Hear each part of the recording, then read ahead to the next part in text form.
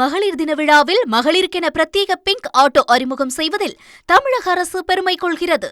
மின்சார ரயில்கள் ரத்து செய்யப்பட்டதால் தாம்பரம் ஜிஎஸ்டி சாலையில் வாகன நெரிசல் மிகுந்து காணப்படுகிறது. கூடுதல் தகவல்களை செய்தியாளர் மீரான் வழங்கிட கேட்கலாம். மீரான், வணக்கம். போக்குவரத்து நெரிசலை சீர் செய்ய என்ன நடவடிக்கை மேற்கொள்ளப்பட்டிருக்கிறது?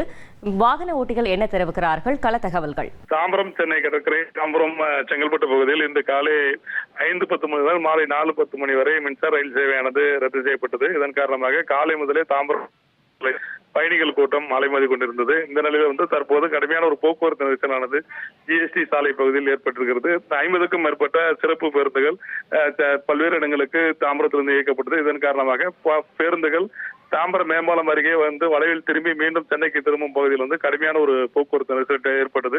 இதன் காரணமாக தாம்பரம் வேளச்சேரி சாலை, அதேபோல தாம்பரம் முடிச்சூர் சாலை பகுதியில் இருந்து வரும் வாகனங்கள், பெருங்குளத்திலிருந்து தாம்பரம் நோக்கி வரும் வாகனங்கள் அனைத்தும் மேம்பாலம் பகுதியில் சேர்ந்து நின்றதன் காரணமாக கடுமையான ஒரு போக்குவரத்து நெரிசலானது அந்த பகுதியில் ஏற்பட்டது. ஏராளமானவர்கள் சொந்த வாகனங்களில் தங்கள் பணிகளுக்கு சென்று வந்ததன் காரணமாக அந்த ஜிஎஸ்டி சாலை முழுவதுமாக கடுமையான ஒரு போக்குவரத்து நெரிசலானது ஏற்பட்டது.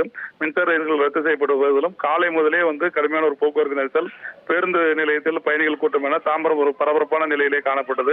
போதிய ஏற்பாடுகளை போக்குவரத்து போலீசாரும் செய்யவில்லை என்ற ஒரு குற்றச்சாட்டை தான் பயணிகள் எழுப்பியிருக்கிறார்கள்.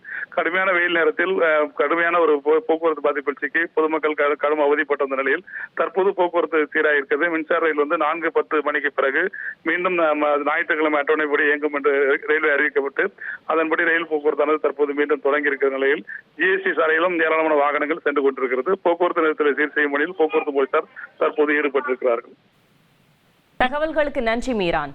உலக மகளிர் தின விழாவில் மகளிருக்கென பிரத்யேக பிங்க் ஆட்டோ அறிமுகம் செய்வதில் தமிழக அரசு பெருமை கொள்கிறது.